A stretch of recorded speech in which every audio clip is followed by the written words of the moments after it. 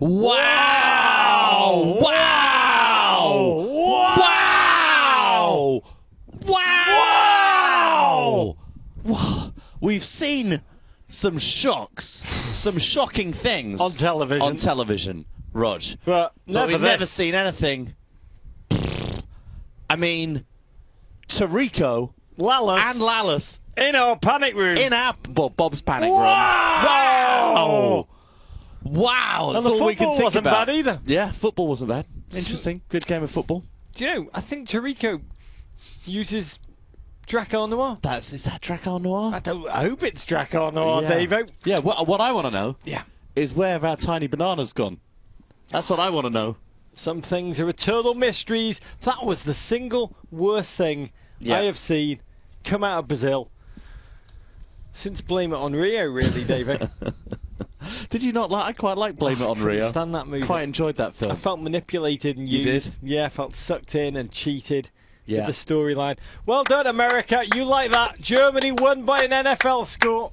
Oh, yeah, you love it. It wasn't really 7-1. Yeah. The one thing is quite hard to resolve. It's a baseball score. It would have had to be Brazil would have scored an extra point, having not had a touchdown. Would have been hard to do. Amazing, though. 7-1. Amazing. Unbelievable. I said to you just before we came into the boot room, I said, Rog, sometimes it's almost not worth even talking about the football, like the tactical alignment, the decision of who Big Phil put in there for Brazil, what Germany did right, what Brazil did wrong. Because it's sort of like that game went beyond tactics or individual performances. It was just an overall colossal loss of mojo by the Brazilians, and the German machine, Rog, just took them Vorsprung apart. durch Technik. Vorsprung durch Technik. It was more than that. It was more than that, though, Dave. It was more than that. What was it?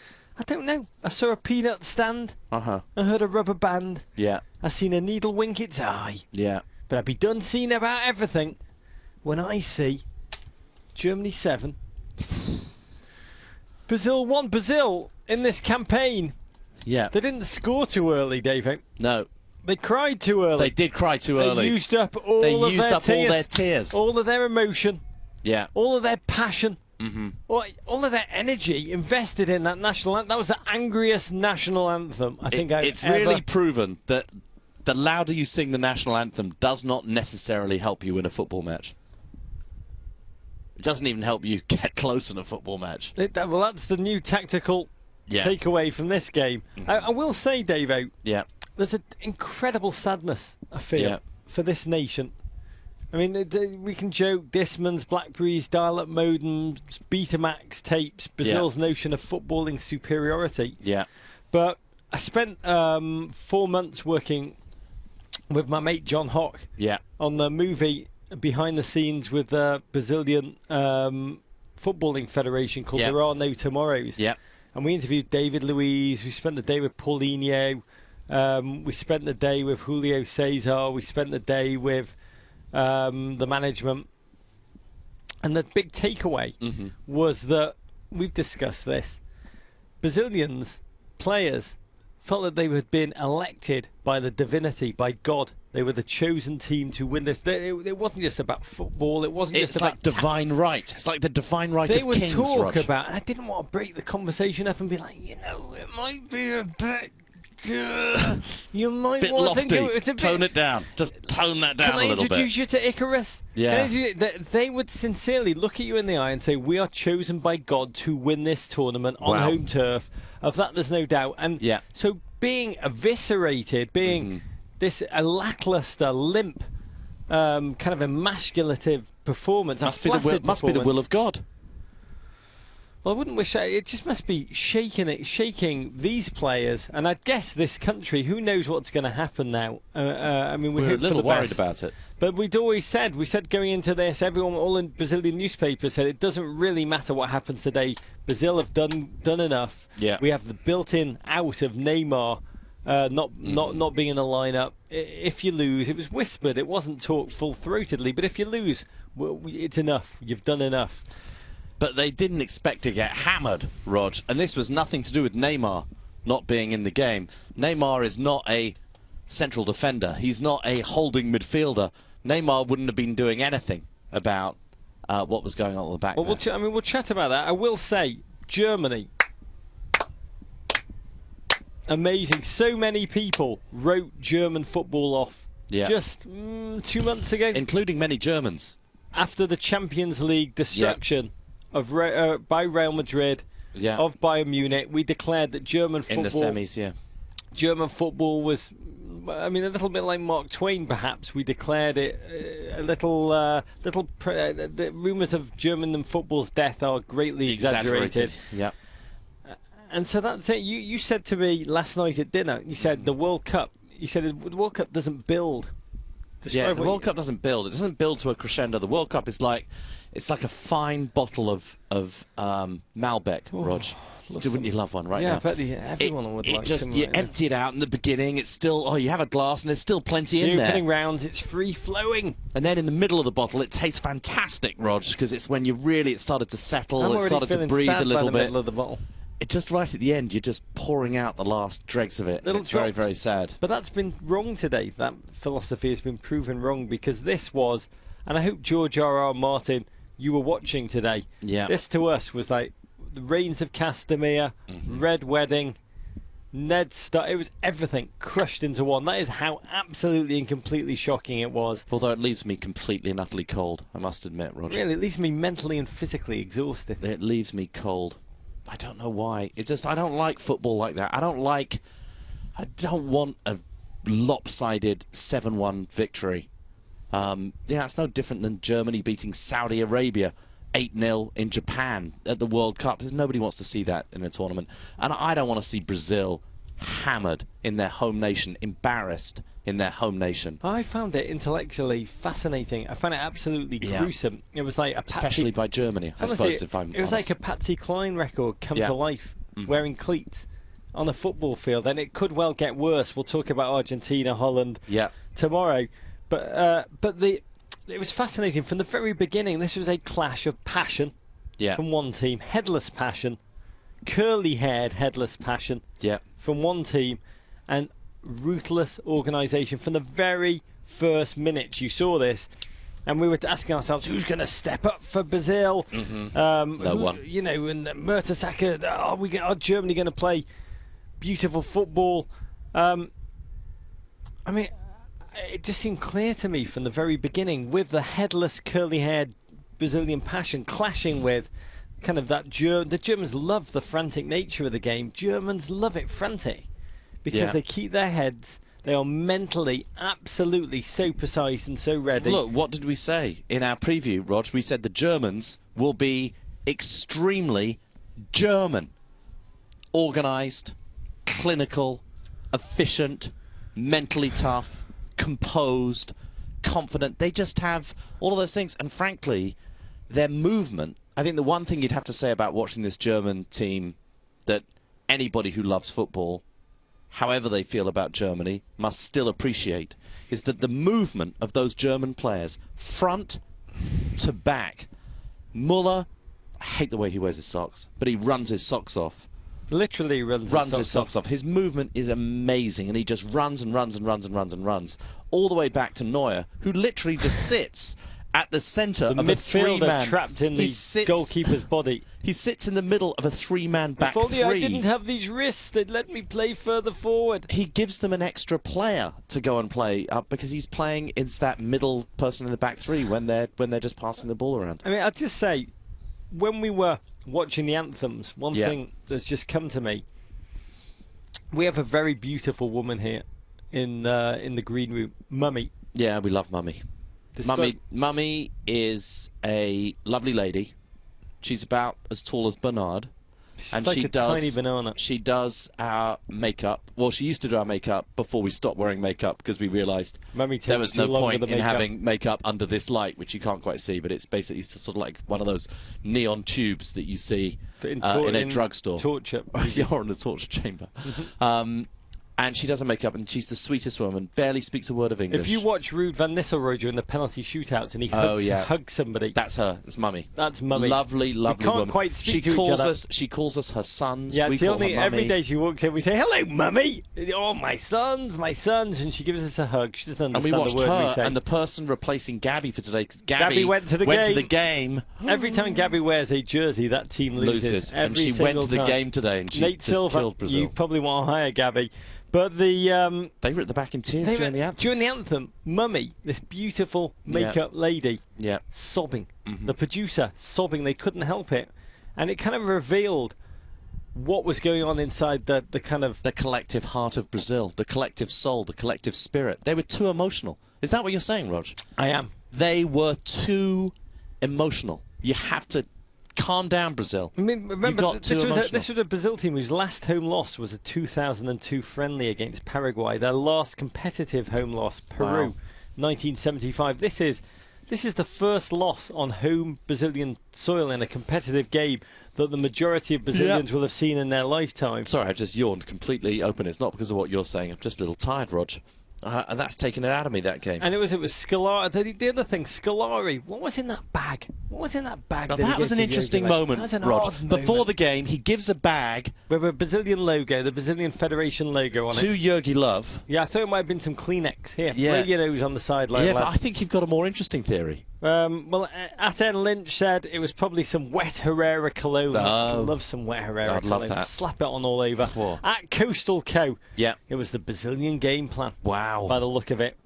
It probably was, and the Brazilian game plan was hammer and tongs, Brazilian passion, talls and smalls together, Hulk, huge, you lad, Bernard, by the way, Hulk, if you meet him, wears a chain which is that thick. Yeah. Bernard could undo that chain from around Hulk's wrist and just slip it around his waist. So he went for the tall and small 1-2 partnership.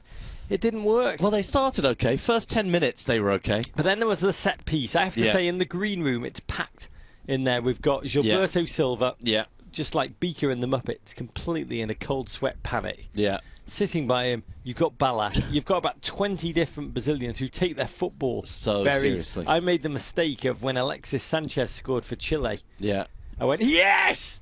And a couple of the Brazilians came over to me and said, not cool, Roger, not cool, and walked away. Like, in a way, it wasn't like, no, cool. it wasn't cool. It was really, really naughty. Yeah. So I was keeping my mouth shut. I want to say it's a very nervous atmosphere in there. But what happens is Muller scores the goal. Yeah. There is a curdling Brazilian scream from maybe 50 Brazilian voice boxes around the office. Just this. The yacht club downstairs. It's as if there's a scream, a 3-second scream, and then utter silence, filled only by Ballack. Only by Ballack, in this complete silence. Like, you don't say anything. I've learned, even I've learned, you don't say anything. Ballack, complete silence, and then this voice pipes up, Ballack. It's too easy. Yes. Yeah. It's too easy. It's too easy. It was one of the most German things, and I've heard a lot of German things in my life. I've read a lot, seen a lot, heard a lot, Dave. That was the most German thing. Muller, 11 minutes. Klose, Rog, 23 minutes. We should talk about that achievement by Miroslav Klose. That's 16 goals, Rog, in the World Cup for him, Muller, I believe. Muller, how many goals in how many games? It's like 11 in 12 games for Muller. So German, consistent, emphatic. All Mullers. German. All Mullers. German. Just German. Not the greatest striker in the world, but the results are unbelievable. Well, his effort. His effort is just again and again and again. And Brazil are suddenly looking like The Office when Steve Carell left. Yeah. Just absolutely hapless. Lost its kind of central thrust. Lost any kind of thrust. And we realised we were all focusing on Neymar being out. But it was the huge Thiago Silva sized hole at the absolutely. back. Sometimes a central defender is so important for just organising. He's more than his play, it's his organisation. You can't imagine that having happened with Thiago Silva there, Rog. It's a really good point. Just cannot imagine How Brazil? You know, my horse, a kingdom for a horse. Yeah. Omar Gonzalez, my kingdom for an Omar Gonzalez. How they wish they had someone as talented as little Omar. It was just shell shock. I found it the goals just started to fly in like that. And I honestly, I'll be honest, I'll be candid. This is very unprofessional of me. There was a moment in the game where I couldn't work out whether they were new goals or whether they were just showing replays. Well, it's difficult because there are two screens, one's ahead of the other, and that's why it's very difficult to keep up. But it was But emotionally, I couldn't imagine that Germany 3, Germany 4, what? 5? They were all the same goal. It was just pretty well Brazilian chaos, half-arsedness. German ruthlessness. Yeah. It was over and over again the same thing, and I did the first 2 times they showed it when it went 3-0 and 4-0. I just thought it was showing the first 2 goals again. Yeah. Should we salute Miroslav Klose for scoring his 16th goal in the World Cup? Most goals scored by any Polish German ever in the World Cup, by anyone ever. Trumping a Brazilian. Trumping Ronaldo. Trumping another Muller. 16 goals. That's pretty amazing. And so clinical. And this one, by the way, is from quite a long way out for Klose. Yeah. That was a pretty amazing thing. But honestly, it was like watching Tony Cruz on 24. Tony Cruz again. It's like watching late in career Mickey Rourke. It was like seeing Meg Ryan when she had that. You know that. Yeah. That's what it was like watching Brazil. There are a lot of women down here who look like that, Rog. Like Meg Ryan? Yeah, they've had similar things going on. I mean, it was like watching Arsenal. That's how bad Brazil were. It was like watching Arsenal in a huge game just utterly and completely capitulate. 1950. Yeah. The 2-1 score. That was a great result. Score, great result in comparison. They lost to Uruguay at the Americana. They've mourned for 64 years. Oh, my word. Great result in comparison to this. And after the 1950 result, they took their jersey and they threw it away. Paul, he can't do it. He don't sing the music. I'm going to say There's just no way he can blow our mind tonight. There's just no way. Paul Carr blows your mind. You cannot. Paul Carr blows your mind. There's only one statistic that Paul Carr blows your mind. I said Paul Carr blows your mind. I'm getting into it now. Paul Carr blows your mind. Said Paul Carr blows your mind. Paul Carr blows your mind. Said Paul Carr blows your mind. Woo! Here's the stat. Yeah. Germany 7, Brazil 1. Top that. Can you top that? Top that. I can't take this hat off. Okay. It's terrible. Paul Carr, I really can't top that. I've got so you're gonna have to duck down a bit. Don't even have a I've got banana. so many stats here from you, Paul. You've exceeded yourself. You know the only other team to score 5 goals in a first half in a World Cup game, Rog? Poland. Last one was Poland in '74. Only team to ever do that before. Yeah. There's one Yugoslavia against Zaire. According to SPI, the odds of Germany scoring 5+ goals in a first half was 0.7%. SPI, the more you know. The more you know. I like this list of the last 10 World Cups. 3 other teams have given up 7 or more goals. So 4 have now. El Salvador. Yeah. Saudi Arabia. Yeah. North Korea. Yeah. And Brazil. I have to tell you this. Think about this for 1 not second. In North Korea, they haven't. They won that game in North Korea. No, it's 0-0 in North Korea. They edit out any goals scored against them. They show it's a valiant 0-0. You know, here's the issue. I'm going to throw this one out very quickly and then go back to PCAR at PCAR ESPN. Amazing man. If America had just lost 7-0 in the World Cup. Davey. Okay, I got it. If America had lost 7-0 in the World, how terrible would we feel right now? Now magnify that by overconfidence, commitment to a myth of the beautiful game that hasn't existed for decades, and a complete and utter total belief that you're about to heal the psychological wrong that 1994 was by winning the World Cup on home turf again in America. That's stupid. So would it be this would be the equivalent of like a 42-0 beating for America. You're translating at home the 7-1 into a 42-0. If America had lost league 7 goals, we'd be shell shocked. How must Brazilians feel compared to America would have to lose an American football game. Right. 41-0 at home to another country. To a country like anybody. Germany. Germany. The Germans. That would be what it would be. Or the French would probably be even worse. That would be worse. Yeah. So, Paul Carson, what you're saying, so the way you came in here is what you're trying to tell us to blow our mind is only 4 countries now have ever, in the last 10 World Cups. last 10 World Cups have lost this badly.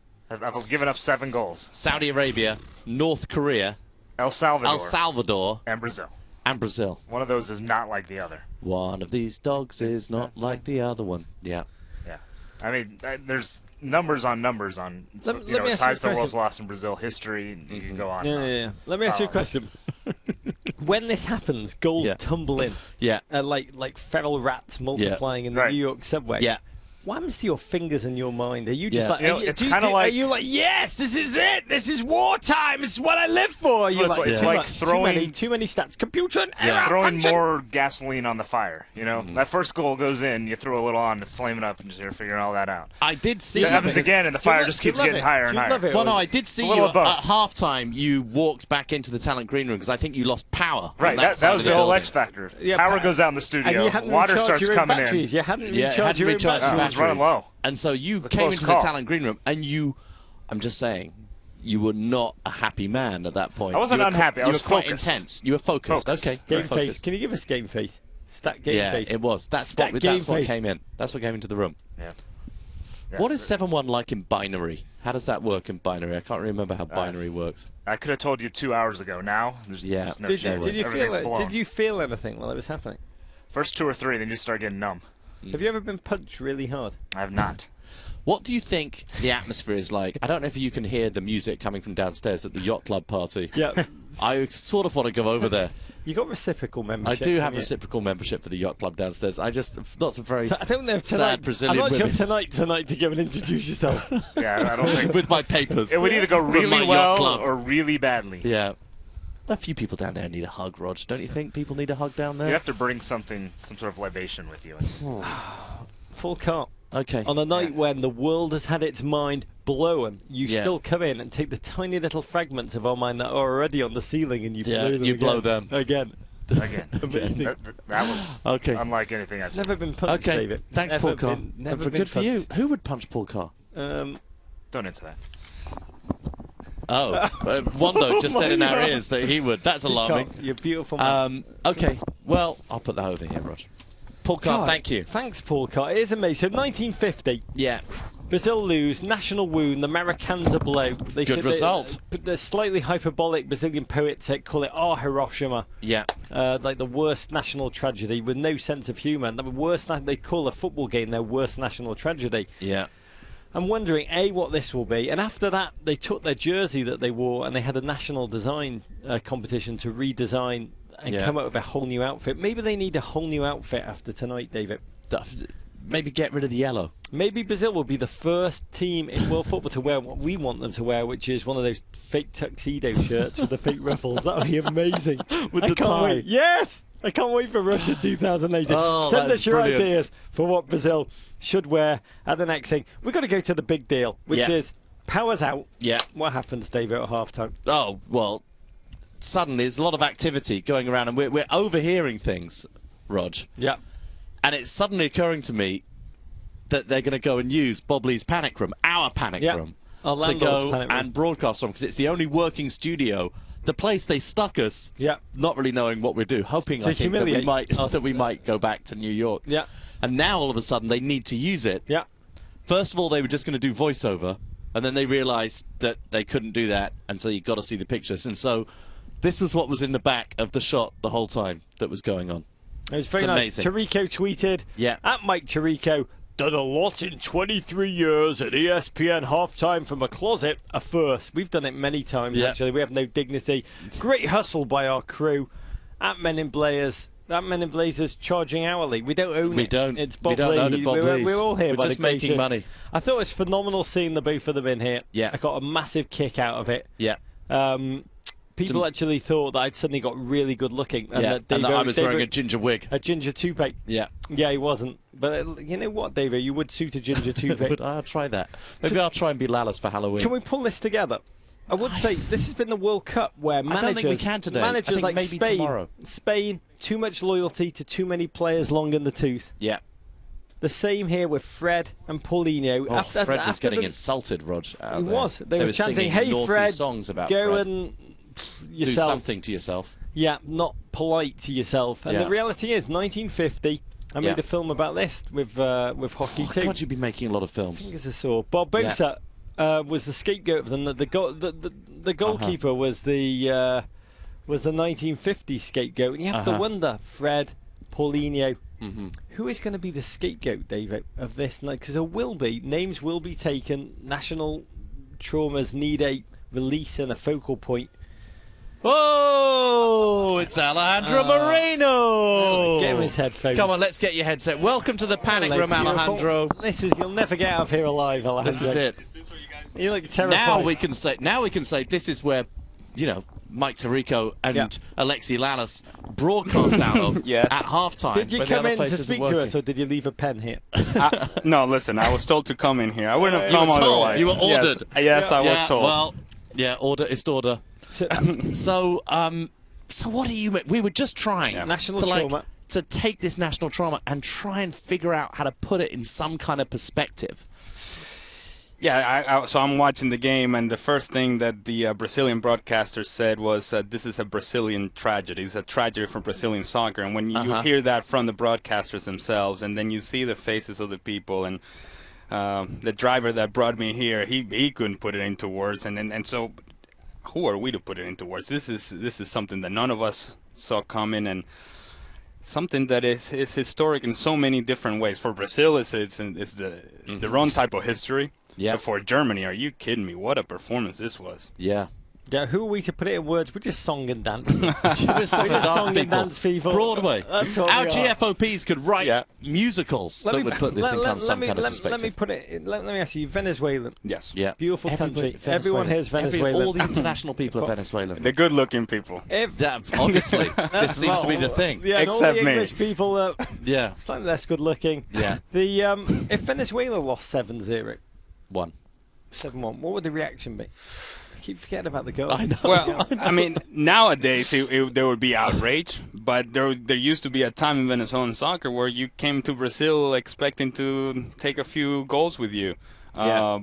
But nowadays it would be outrage, and that's in Venezuela. Imagine what it is in Brazil at this stage, World Cup, semifinals, all that signifies. It really is difficult to put it into words. I know people are gonna say that time and time again, but none of us expected something like this to happen. We couldn't have seen it coming. But the level, I go back to the Germans, the level of execution, for all the emotion that Brazil was bringing into this game and the national anthem and the ball kids singing and everything, it comes down to execution at the highest level. You're right. Emotion is overrated. Emotion, passion, heart is overrated ultimately, and it's technique, execution, movement, Organisation. focus, organization. Game all plan. those And by the way, Preparation. Brazil picked the wrong team to mess with in terms of, okay, we're going to be emotional about this. We're going to come after you. Because you know what Germans did?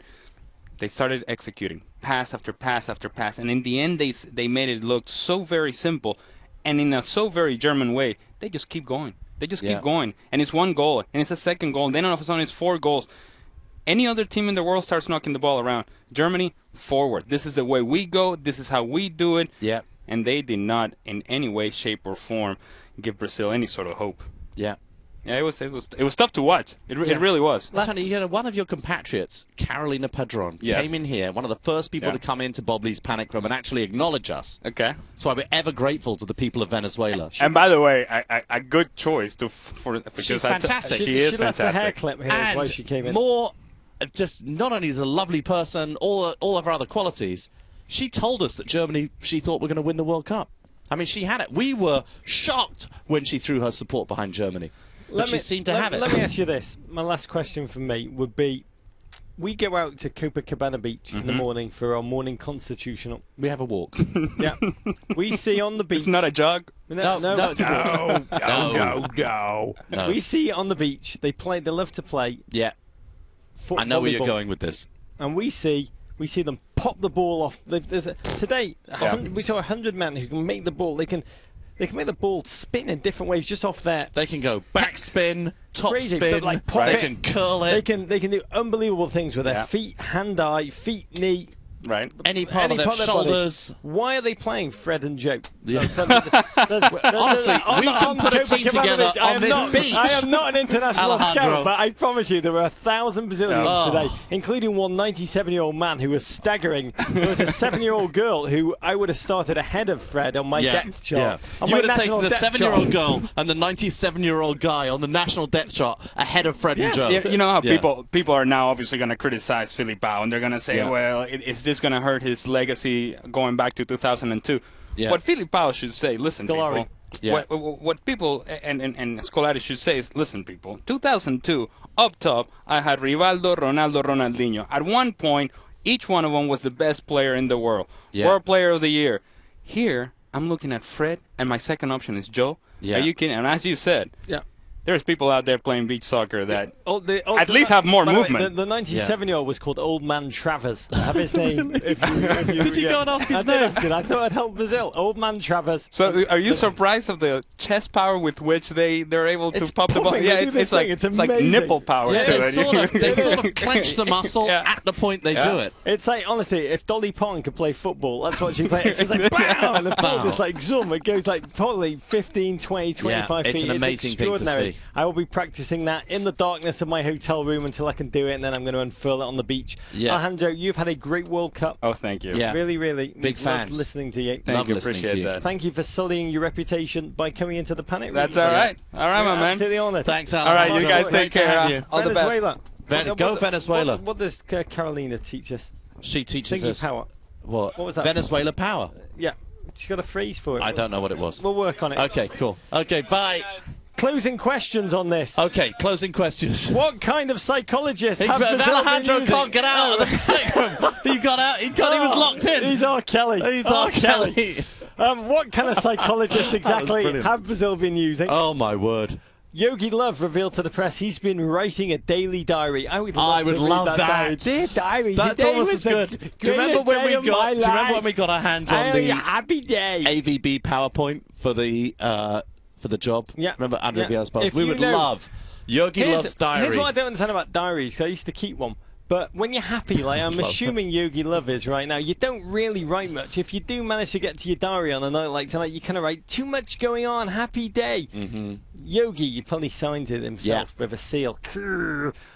You only write a diary, a journal, when you're in a terrible mood, in which case you write page after page of why, world, why? About just self-destructive hate. And when you go back and read them, diaries are self-fulfillingly miserable. Yeah. Never had the discipline to keep a diary. Finally, Germany won the game. Yeah. Colombia got the assist in my book, David. How happy will they be in Colombia battered Brazil, exhausted them, tired them physically and mentally, and got Thiago Silva, that kind of self-destructively crazy Assist booking. to Colombia, absolutely right. And That's then a the very good Neymar point. little... Very good point. We remember at the beginning of the show, at the beginning of the week, we talked to Bob Lee and said, what will it be like if Brazil lose? And what did he say? Well, he said it could all go off. It could be a little ugly. Well, he said, we'll be eating a lot of room service, Yes. was his phrase. We might be eating a lot of room service. Could get worse. That's Could a get shame, worse. because Mrs. B's arrived today. Yeah, she did. My wife did come. Thank God. She bought wafers. Thank you, America, what a woman. for What a sending it woman to me. She that did. brings wafers for Davo. Could get worse for Brazil. Yeah. Because tomorrow... Well, at least they're not going to hold it up high. There we go. At least they're not going to get beaten by Argentina, Rog. Should we just hold this up for the rest of the show? Oh, is that it? And Well, we'll just do it. What over they thing. could do, I mean, this phrase here, it's the song that's been sung everywhere. Brazil decime que se siente. Yeah. Apologies for my Spanish. It's better than my English, but not Yeah. so good. It's the Bad Moon Rising song. Yeah. Brazil, how does it feel to be beaten up in your own home? They're feeling very, very cocky. The Argentinians, they are all over Copacabana Beach. Thousands of them with this flag. It could go off. That's where there's going to be trouble if there's trouble. I mean, it is bonkers. Tomorrow they play Holland, Netherlands. And if they, Argentina, this unbelievable, it's like the Red Sox-Yankees rivalry, but so much more vicious. If they march on into the Maracana, the sacred jewel box of kind of Brazilian footballing law, and fight for the World Cup, even win the World Cup on Brazilian turf, David, be the end of history. It will be. Couple of tweets. It'll be the end of history. From CB. In Julio Cesar's defence, is he used to playing with a real MLS defence in front of him? Not whatever this is. From Josh Cup of Paul, MLS. lots of this. This can only mean one thing from Josh Paul. The USA are going to win the World Cup. Wow, from Tyler Heaps. Didn't realise the US were that much better than Brazil. And then finally, and this is so true, from Harry Harebear, how incredible it is that this World Cup will not be remembered for the Suarez bite. It's so true. We're not suggesting for 1 second that FIFA have scripted or fixed this World Cup in any way. George R.R. Martin guest starring. However, with Damon Lindelof. The writing. Somebody suggested that it would have been better after I tweeted that when they were 5-0 down, that if Brazil came back and won at 6-5, that would be great writing. But nobody would have believed that. This is just 7-1. Too much. Thank you, Seth Ader and ESPN Marketing. We love that. Very nice. A poster in the style of the other ones. We really appreciate that. Okay, Rog, we're going to go and prepare now for World Cup tonight, assuming that the streets are safe, assuming that it's all good out there. And if you want to know what the score is going to be tomorrow, Argentina, Netherlands, kicking off same time tomorrow, go to Nate Silver's SPI, find the scoreline with the tiniest percentage. Yeah. It'll be that scoreline. Yeah, our cupcakes didn't get 7-1, Rog. They didn't get it. Okay, here, expensive graphic alert. Here we go. It's got a bit of water on it. For much more World Cup coverage, visit ESPNFC.com, Twitter @ESPNFC. Download the ESPNFC app, Rog. The Instagram is ESPNFC. Or Instagram. Go to meninblazers.com, find out all about not as good as our ESPN services. FC, not as good. It's okay. @meninblazers, @Embassy Davies, @Rog Bennett. Our Instagram is Men in Blazers. Send your ravens to the crap part of Copacabana Beach. Send your emails, your toucans, meninblazers@gmail.com. Like us on Facebook. Check out all our content there. Otherwise, it's all at meninblazers.com. And really, all we'll say is Brazil and Brazilian GFOPs. Yeah. So many of you we've met over the past couple of weeks, strolling around the street. We care for you. Yeah. We, as Englishmen, we feel we feel your pain. We feel your pain. And we just hope the nation puts the stays in football charge. into perspective and stays in charge. Absolutely. Okay. Love you, Rog. Tomorrow, Kung Fu Fighting America.